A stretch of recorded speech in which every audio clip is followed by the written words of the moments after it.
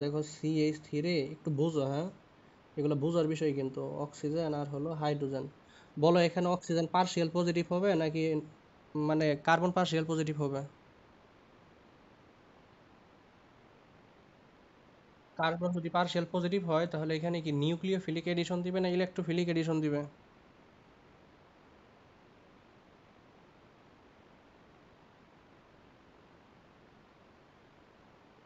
Nucleophilic addition দিবে, এইভাবে মনে রাখবা। আমি তো আবার বলছি যে এগুলো মুখস্থ করার বিষয় না, অর্গানিক কেমিস্ট্রি কিন্তু মুখস্থ করে থাকবে না, একটু বুঝা বুঝা পড়বা, ঠিক আছে?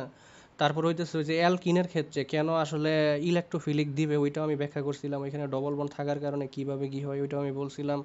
তারপরে বেনজিনের ক্ষেত্রে কেন আসলে নিউক্লিওফিলিক দেয় না এটাও আমি বলছিলাম।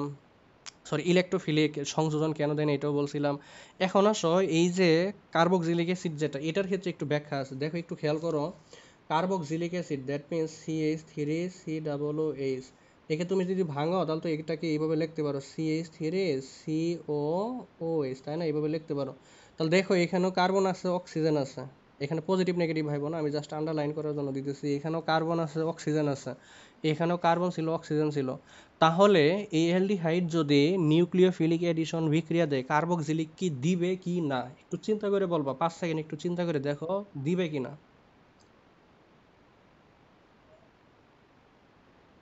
টেস্ট না, আমি বলতেছি যে অ্যালডিহাইড যে আমাদের দেয়, নিউক্লিওফিলিক এডিশন বিক্রিয়া দেয় না? কিভাবে দেখলাম যে oxygen partial negative, carbon partial positive? এখানেও তো এটা আছে, কার্বন আছে, অক্সিজেন আছে, পার্থক্য হচ্ছে সাথে শুধু হাইড্রক্সিল একটা গ্রুপ আছে। তাহলে এই বেটা আদৌ কি নিউক্লিওফিলিক এডিশন দিবে অ্যালডিহাইডের মতো এই কার্বক্সিলিক অ্যাসিডগুলা? দেখো একটু চিন্তা করো, পাওয়া যাবে কিন্তু, হ্যাঁ, মুখস্থ কোনো দরকার নাই, আমি আবারও বলতেছি, এগুলো একটু বুঝে বুঝে বলে সারা জীবন মনে থাকবে।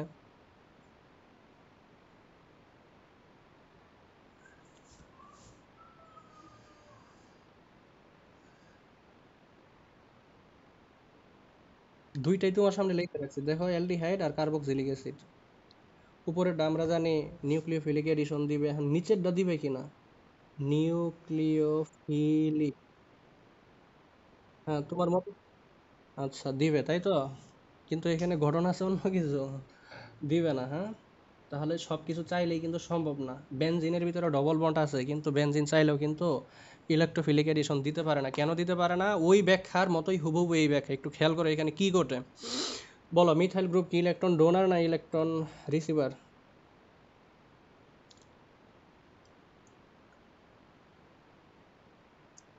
আচ্ছা গুড। অ্যালকোহল কি বলো, হাইড্রক্সিল গ্রুপ,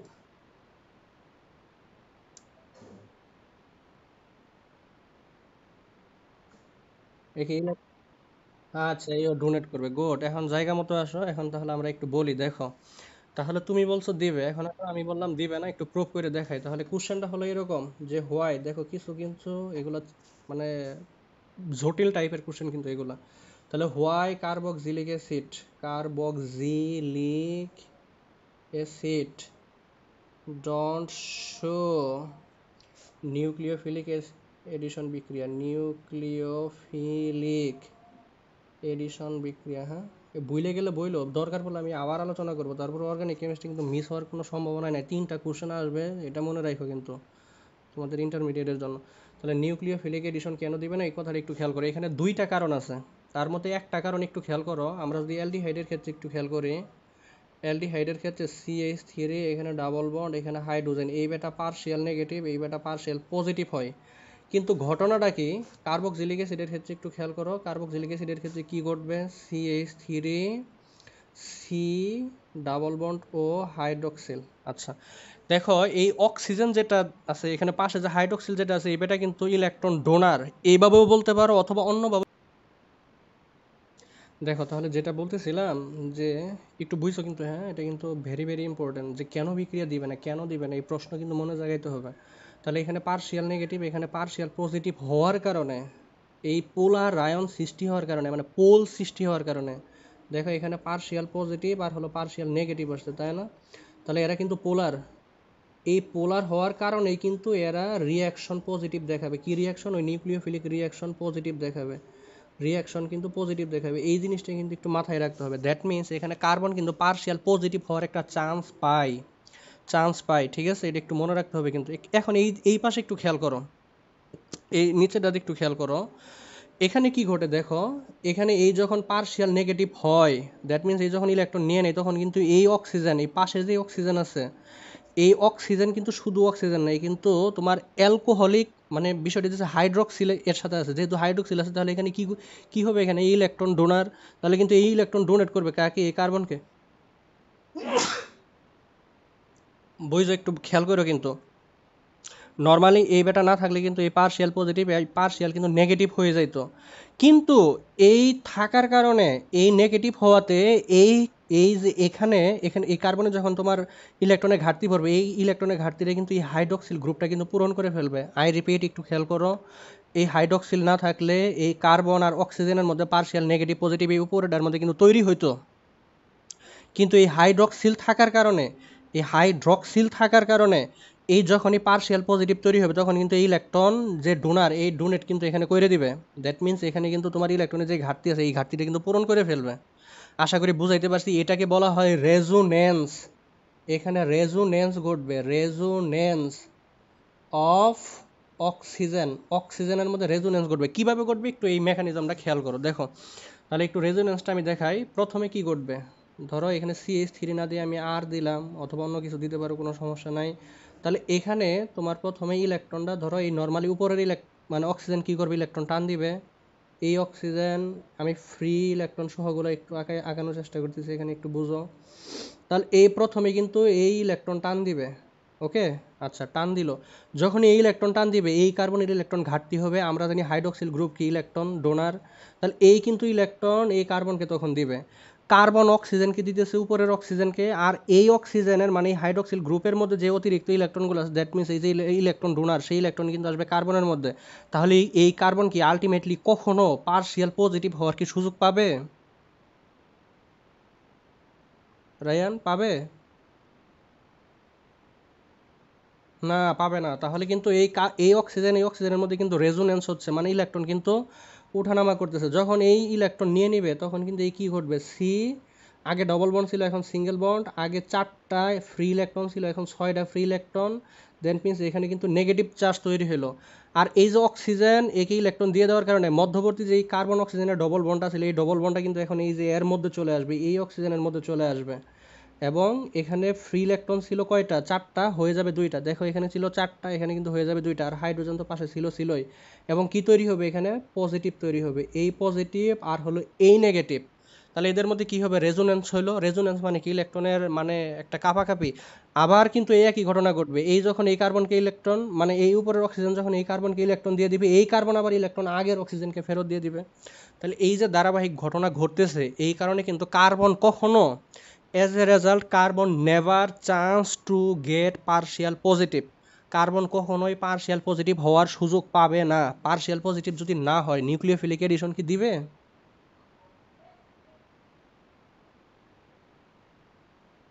গুড। তাহলে আলটিমেটলি লাস্ট কথা হলো যে as a result carbon never gate chance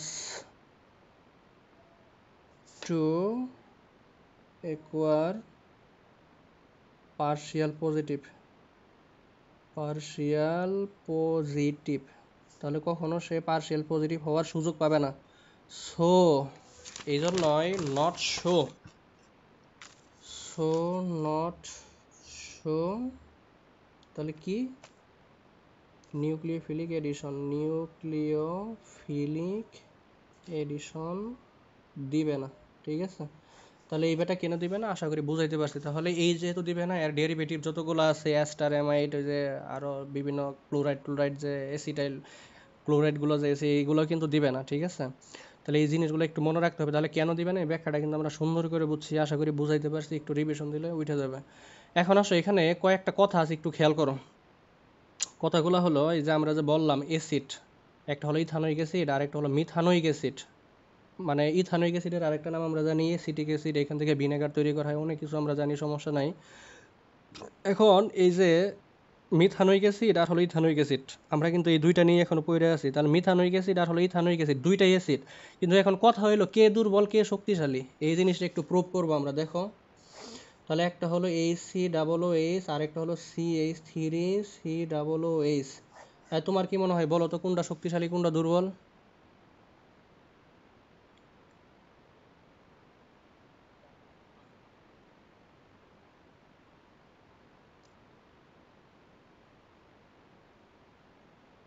অনুমান করো, অনুমান করেই বলো, সমস্যা নাই।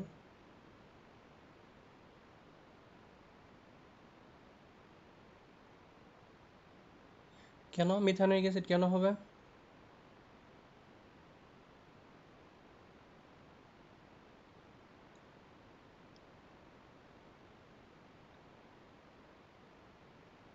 আচ্ছা, খেয়াল করো, হ্যাঁ, এটা একটা বোর্ড কোশ্চেন আলোচনা করতেছি, একটা ইম্পর্টেন্ট জিনিস, এটা কিন্তু বোর্ড কোশ্চেন, চট্টগ্রাম বোর্ডে আসছিল, এটা একটু আলোচনা করতেছি। দেখো তাহলে এখানে কোশ্চেনটা হলো which acid is stronger, which acid is stronger, তাহলে কোন অ্যাসিডটা স্ট্রঙ্গার, ঠিক আছে? তাহলে এই দুইটা অ্যাসিডের মধ্যে কোন অ্যাসিডটা স্ট্রঙ্গার? একটা হলো মিথানোইক অ্যাসিড আর একটা হলো ইথানোইক অ্যাসিড। তাহলে আমাদের আনসারটা হবে তুমি যেটা বলছো সেটাই। তাহলে আর ব্যাখ্যাটা একটু জানবো, কাইন্ডলি একটু শোনো, চট্টগ্রাম বোর্ডে আসছিল, একটু ব্যাখ্যা করতেছি, হ্যাঁ। তাহলে আমাদের আনসারটা হলো ফর্মিক অ্যাসিড অথবা methanoic acid is stronger than acetic acid. এর ব্যাখ্যাটা একটু খেয়াল করো কিভাবে। দেখো দেখো আমরা জানি HCOOH, তাই না? এটা আমরা জানি, অথবা এটাকে অন্যভাবেও লিখতে পারো, এই যেভাবে লিখতে পারো HCOH, এইভাবে লিখতে পারো। আর হইতেছে ইথানোইক অ্যাসিড CH3COOH, এখান থেকে লিখতে পারো তুমি CH3C OH, তাই না? এটা এইভাবে লিখতে পারো। আচ্ছা এখানে একটু খেয়াল করো, তাহলে অ্যাসিড হইতে হলে কি করতে হবে? অ্যাসিড হইতে হলে তার কি আরহেনিয়াসের প্রিন্সিপাল অনুযায়ী তাকে জলীয় দ্রবণে বা একোয়াস সলিউশনে তাকে কিন্তু তোমার হাইড্রোজেন আয়ন ডোনেট করতে হবে, তাই না? মানে কোনো একটা যৌগ থেকে হাইড্রোজেন আয়ন প্রডিউস হওয়াই লাগবে, এটা হলো আর্সেনিয়াসের মতবাদ অনুসারে। আমরা জানি সকল জৈব অ্যাসিড সাধারণত আর্হেনিয়াসের প্রিন্সিপাল ফলো করে, এটাও আমরা জানি কোনগুলা লুইস অ্যাসিড কোনগুলা ব্রনস্টেড লাউরির মতবাদ ফলো করে, এগুলো আমরা পড়ে আসছি। আমরা এটাও জানি এখান থেকে কনফার্মলি যে আমাদের সকল carboxylic acid must be follow to Arrhenius principal. যেহেতু আরহেনিয়াস প্রিন্সিপাল ফলো করে সকল জৈব অ্যাসিড, তাহলে অবশ্যই এখান থেকে হাইড্রোজেন আয়ন উৎপন্ন হবে, আমরা এটাও জানি। এখন একটু খেয়াল করো এখানে, দেখো আমি যদি HCOOH একে যদি ভাঙে তাহলে তো আমি কি পাবো? একটা হাইড্রোজেন আয়ন পাবো আর একটা হলো HCOO মাইনাস পাবো। এই পাশে লিখলাম এতটুকু, আর এই পাশ থেকে একটু খেয়াল করো, আমি যদি একটু ছোটো করে লিখি CH3COOH, এখান থেকেও আমরা পাবো hydrogen ion plus CH3COO minus. এখন একটু আমাকে বলো কোনটা সহজেই আসলে ভাঙবে, কে সহজেই আসলে ভাঙবে? এই সহজে ভাঙবে না এই সহজে ভাঙবে?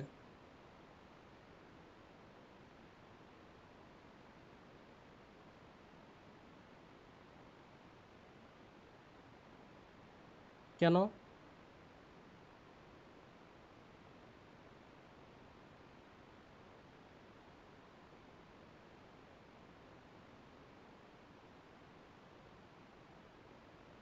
কোনটাতে মিথাইল?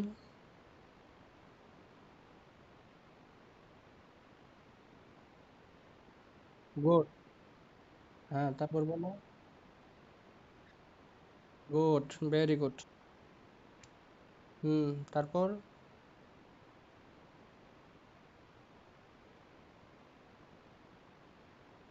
গুড, তারপর?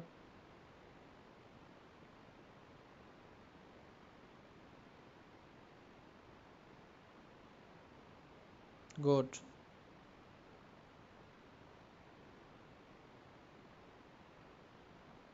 Good, very good. তাহলে এই এতটুকু কথাই, তাহলে এখান থেকে যেটুকু যতটুকু বলছো এখানে আর বললাম না, তাহলে এখানে আর কিছুই না, মিথাইল গ্রুপটা ইলেকট্রন ডোনার হিসেবে কাজ করে, এই জন্য এখানে আসলে আমাদের আয়োনাইজেশনটা মানে হওয়াটা খুব কঠিন হয়ে যায়। তার মানে হাইড্রোজেন আয়নটা এখান থেকে সেপারেট হওয়াটা খুবই কঠিন হয়ে যাবে, কার তুলনায়? এই ফর্মিক অ্যাসিডের তুলনায়। এই জন্যই কিন্তু আমাদের এখানে যে কে এ এর ভ্যালুটা, দ্যাট মিন্স এখানে কে এ এর যেই ভ্যালুটা আর এখানে যে কে এর ভ্যালুটা, এখানে কিন্তু একটা বিশাল তফাৎ হয়ে যায়। আমরা জানি কে মানে কি, উপরে যাবে উৎপাদ, তাই না? উপরে যাবে প্রোডাকশন, উপরে যাবে হাইড্রোজেন আয়ন আর হইতেছে COO মাইনাস আয়ন, আর নিচে আসবে কি পুরা অ্যাসিড, HCOO এইচ এই অ্যাসিড। ওকে, আর এখানেও একই আসবে, উপরেরগুলা মানে আয়ন আসবে আর নিচে আসবে হলো বিক্রিয়ক, যেটা এটা আসবে।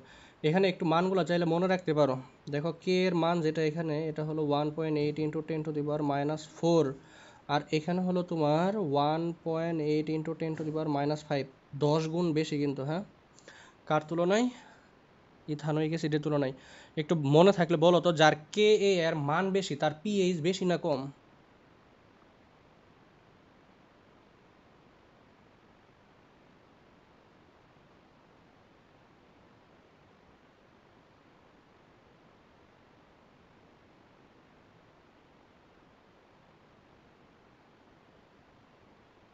পিএইচ বেশি হলে অ্যাসিড শক্তিশালী না দুর্বল? তাহলে এখান অনুযায়ী তুমি কি বলবা? দেখো এটা হচ্ছে 10⁻⁻5, এটা হচ্ছে 10⁻⁻4, তাহলে কে এর মান এই হলো কম, তাহলে এই পিএইচ বেশি হবে তোমার কথা মতে, আর পিএইচ কম হবে, তাহলে পিএইচ কম হলে তো এই শক্তিশালী অ্যাসিড এই দুর্বল অ্যাসিড। এখন মিলাও।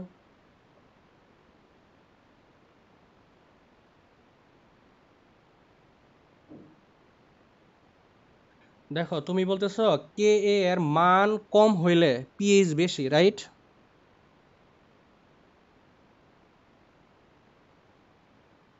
আচ্ছা, এখানে কে এর মান কোনটা বেশি? দেখো আমি দুইটা লিখছি এখানে, তোমার বইয়েও আছে, চাইলে দেখতে পারো, দুইটা লিখছি। কে এর মান বড় কোনটা? উপরে পাওয়ার মাইনাস দেওয়া আছে, দেখো।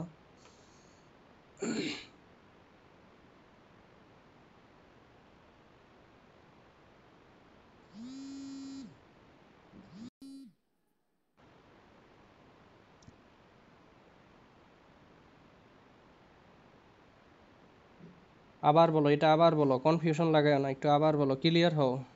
শেষ, কেমিস্ট্রি শেষের দিকে কিন্তু, এখন কিন্তু কুরিলেট ছাড়া উপায় নাই। আবার বলো।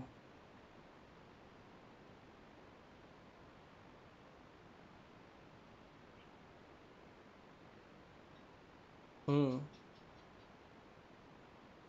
হুম।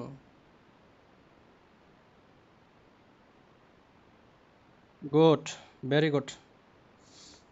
এটাই। এখন তাহলে বলো, কার ক্ষেত্রে পিএইচ বেশি, এর ক্ষেত্রে না এর ক্ষেত্রে?